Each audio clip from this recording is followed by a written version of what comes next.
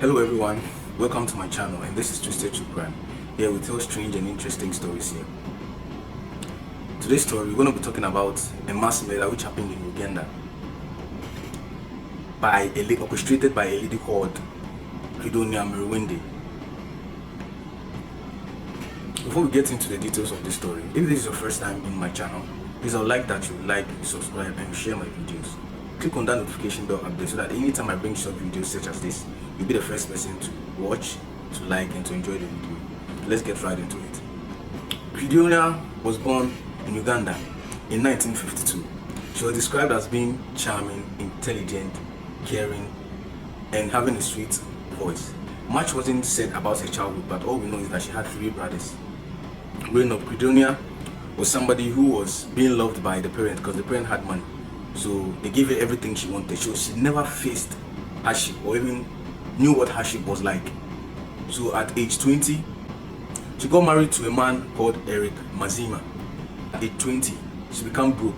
So she used her charm, her beauty to convince her husband, Eric, to divorce his first wife, Eric listened to Credonia and kicked his first wife out. And Credonia also convinced Eric to sell his land so that they'll use it to open a bar, a drinking bar, which Eric did obviously because Credonia was a very pretty lady with a soft skin and all of that. Every man will fall to that kind of charm. Not every man, some men.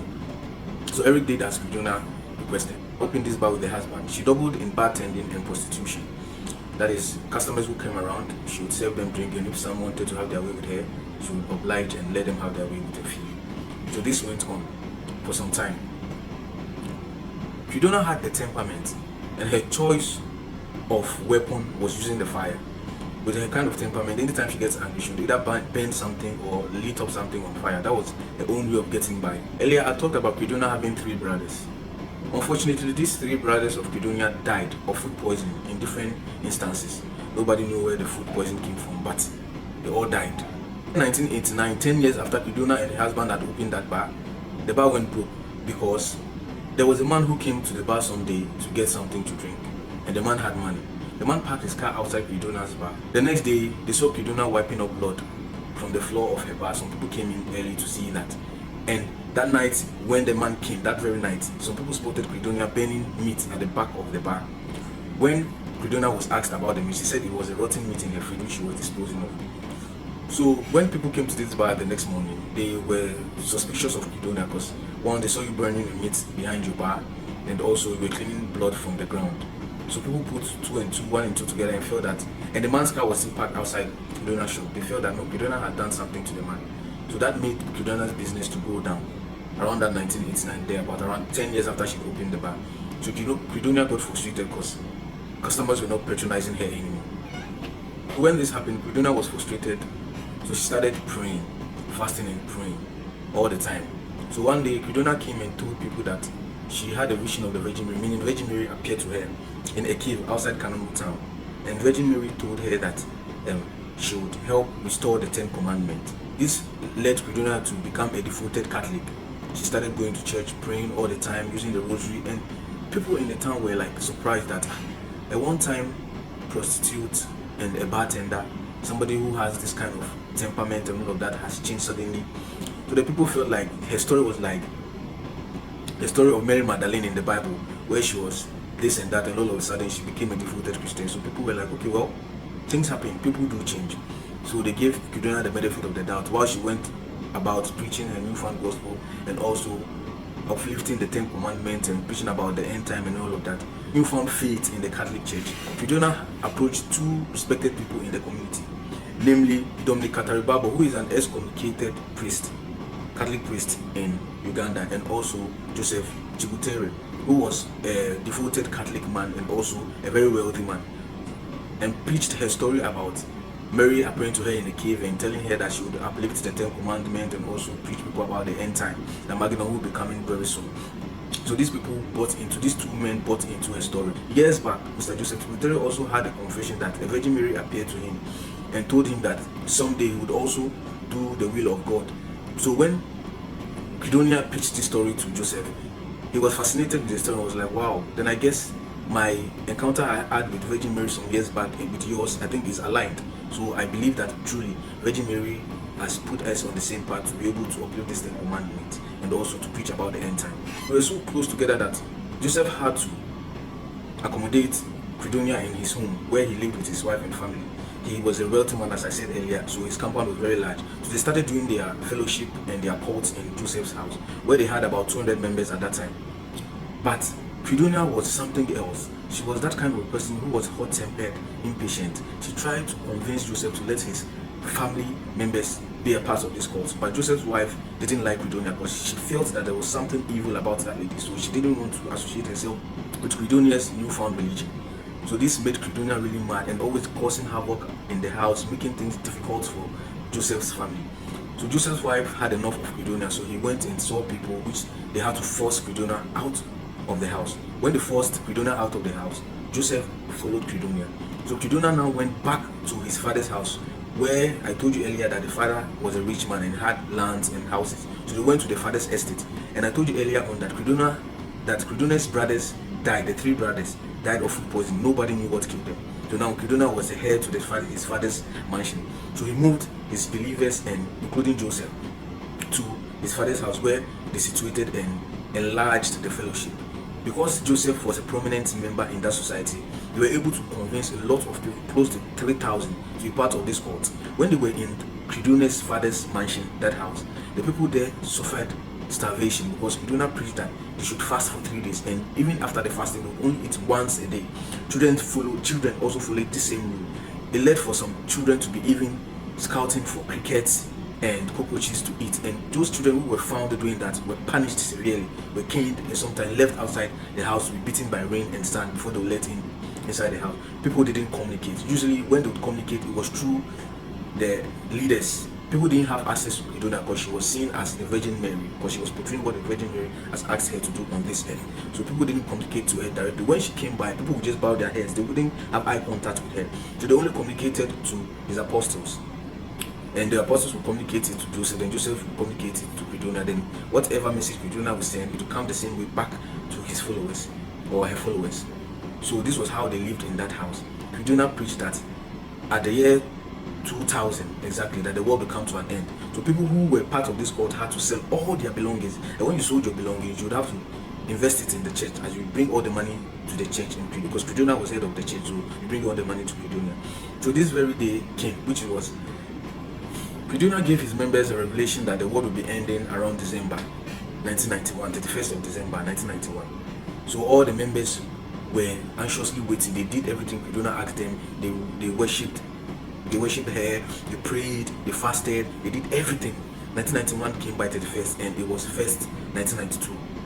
1st of January 1992, nothing happened. The war didn't come to an end. So this led some of the cult members to be wary, suspicious. They started making some noises around, like, our leader said the war will come to an end, you have to sell our properties, and nothing happened. And they, in this manner, they started feeling unclear with Credonia, felt that maybe she was being leading them astray. So Credonia had to come up with another plan. So she told them that the Virgin Mary message that she gave her was not clear because there were some echoes in it, and the message clearly, this time she's gotten the real message, and the message is that the world will end 1999, 31st of December 1999. This was the second message she told her people, and this time, because of what she told her followers, that the first message was unclear because there was an echo with Virgin Mary communicating with her. This time she's gotten the message really clear that December 31st, 1999, the world will come to an end. So many of the members stayed back, but those members who were suffering from starvation and all of that had to leave. Some of them with their kids were malnourished, so they have to leave. But many of the people stayed, and even with that, they even got more people to join, because it was around that time that Uganda was suffering from their Amin also was another tyrant in that country, which led to the division in the country. So most of these people sought to Credonia as their second home. They felt warmth and comfort around the confines of Credonia's estate. They were okay and comfortable there. So this was part of the major reason why people also joined the cult, because they felt really comfortable with Credonia and the kind of warmth she gave them, and also preaching the word of God, and also telling them about the end time, that the world will come into an end, and also uplifting the 10 Commandments in the Bible. Oh, people felt real comfortable with her. So now this time, her story was that the world will come to an end 31st 1999, 31st December of 1999. The people were still with Credonia, were going about doing their daily routine, worshiping and praying and all, fasting and everything. 31st came, 1999. Credonia arranged his members in a house. Most of them were coming. Now the story has spread outside at this time. The world will be coming to an end. So everybody should come. Many people, Credonia went about campaigning that people should come, the world will come to an end. People were so frustrated, they were scared. Many people had to sell their property and donate it to the church and everything. 31st December 1999 came by. 1st January 2000 came by. Nothing happened. So now, for the second time, people were like, what is happening? Credonia, is she lying to us? Is she like putting dust in her eyes? Because this is the second time she's prophesied and nothing has happened. People were worried. Some loyal people were still with Credonia. Some people were also worried, like, no, this isn't happening. Why? What is going on? So Credonia heard that and she felt like, no, if she didn't react fast, something would happen, that these people would be rebellious against her. So this time they told them that they will be having a last supper, and this time for real, the world will be coming to an end this time. So she allowed people to do fasting, and after their fasting and prayers, he locked them in. He put them in a room, in a big room, about 1,000 people in a room, and they were praying, and she allowed, I don't know if it was unclear if she locked the people in there or she was outside and locked them in there. It was unclear of the story, but those people were locked inside the building and they were set on fire. Yes, they were set on fire. That is that they were cleansing their souls of this world to be rejoined with the Virgin Mary in the heavenly realm. So by burning them, they will rise like the phoenix into a new dimension, a new world, a new beginning. So this was the plan. So Credonia locked these people in the building and set them on fire. For now, as to now, nobody knows if Credonia was part of the people in the building who were burnt, or she was in part, or she was the one who locked them in there, both him and his follower, him and Joseph. Nobody knows if they were part of the people who were burnt in the room or they were not part. So when this fire outbreak burst out, then people gathered around. Some people around who didn't believe in Credonia from the onset gathered around, and they called the police, and they put up the fire and they started looking around the building. When they looked around the building, they saw a 40-feet hole being dug, different locations around the building, where they buried about 132 bodies in one hole, and the other hole had been buried. People had been buried in that hole, which were about 300 and above, and also in another hole there were about 400 and above. So in total of the holes that they found, they had buried almost about getting to 1,000 people in one hole. And she burned. Credoonia's massacre was like, in Africa, was like the worst ever. And if they were to give the book of record for the worst massacre in Africa, Guinness Book of Record, Credonia would stand out. But what she did was inhuman. I'm going to be showing the footages of the people who were burnt and those people who were dug out from the holes. This video is so graphic for TikTok. So if you want to see the video of the burnt people and how they were carrying their body and the holes that they dug, that they saw them, this amount of people in the hole, one hole 40 feet deep on the ground, in the ground. If you want to see the video, please click on the link on my bio. It will automatically direct you to my YouTube channel where you can watch the video. It's too graphic for TikTok, so I can't put it on here. But this is the story of Credonia, the woman who claimed that the Virgin Mary appeared to her and gave her a mission on earth, that is Uganda specifically, to restore the 10 Commandments and to prepare people for the Judgment Day. If this is your first time on my channel, I would like that you share, you like, and you subscribe to my videos. And also, what is the moral lesson of this video? The moral lesson of this video is that, yes, we believe there are men of God out there. We believe that Jesus came and worked. We believe that he came and worked, did miracles on this earth. But at some point, God gave us our brains to think. So if somebody is preaching the gospel and you feel that where the line this person is towing, you feel that no, there are some hiccups here and there, you should use your brain and think fast and know that no, maybe this may be some scam or some scheme just to get your money or just to mislead you. That is the moral of the story. That you don't believe anyone, any Tom, Dick, and Harry who just comes and say the God has sent me, or Virgin Mary has appeared to me, or I've seen the Holy Ghost, and the Holy Ghost is telling me to tell you that this and that and that and that, blah blah blah. Please let our brains think.